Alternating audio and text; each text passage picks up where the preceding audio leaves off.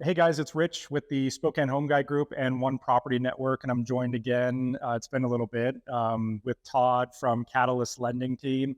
We're going to give you a May market update for the real estate market, touch on the mortgage market, and cover a little bit about inflation. For the month of May, we saw year-over-year sales down 18.7%. The median price year over year declined by roughly 8%. On the bright side, which has kind of been our struggle the whole year, is we've actually seen inventory increase over 40% year over year. And so if you're out actively shopping in the market or thinking about selling, you're probably going to see more homes that are active on the market without offers at the moment, which is really supply catching up with slowing buyer demand because of rates. And the last metric that we look at are the new listings, which were down a little over 16% year over year.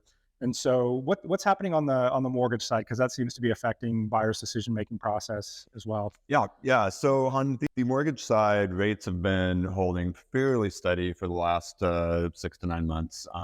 The highest rates we've seen in the last year were actually last October, which was about 7.37%. Mm. And we were at about 7.1 about 2 weeks ago.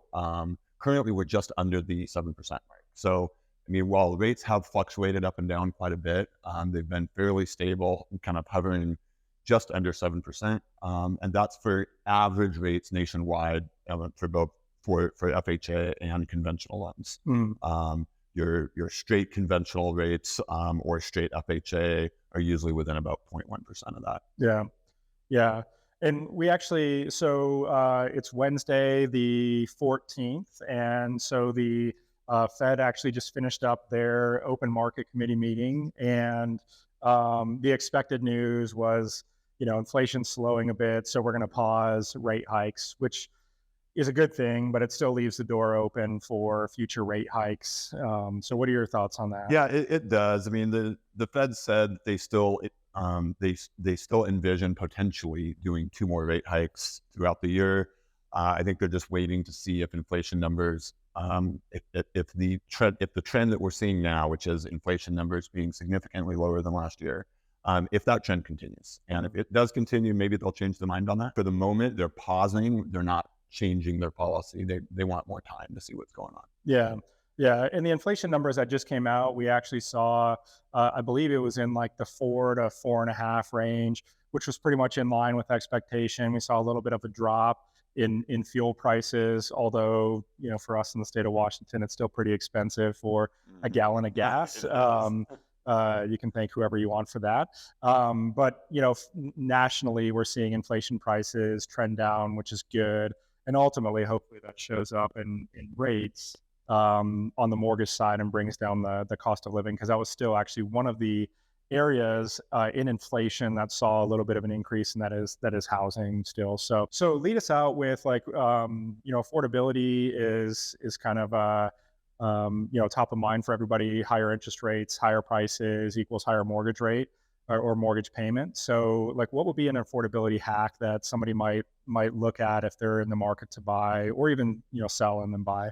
Sure. I mean, we've talked about this a little bit in a previous episode, but the 2-1 buy down is still a popular option for that, where the seller actually contributes roughly 2.3% of the purchase price towards a temporary buy down of that rate, where the rate ends up being 2% lower for the first year and 1% lower for the second year.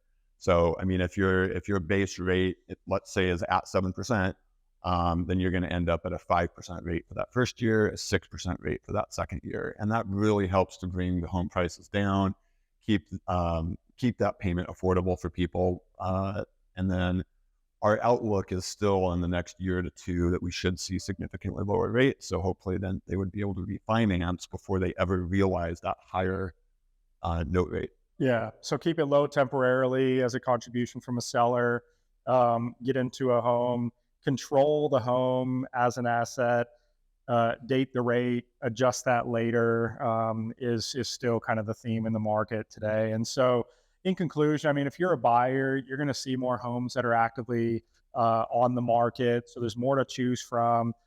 Pace is slowing down a little bit, and explore some affordability options. And on the other side, if you're a seller, prices have been trending down a little bit. In some areas, we're seeing some stability.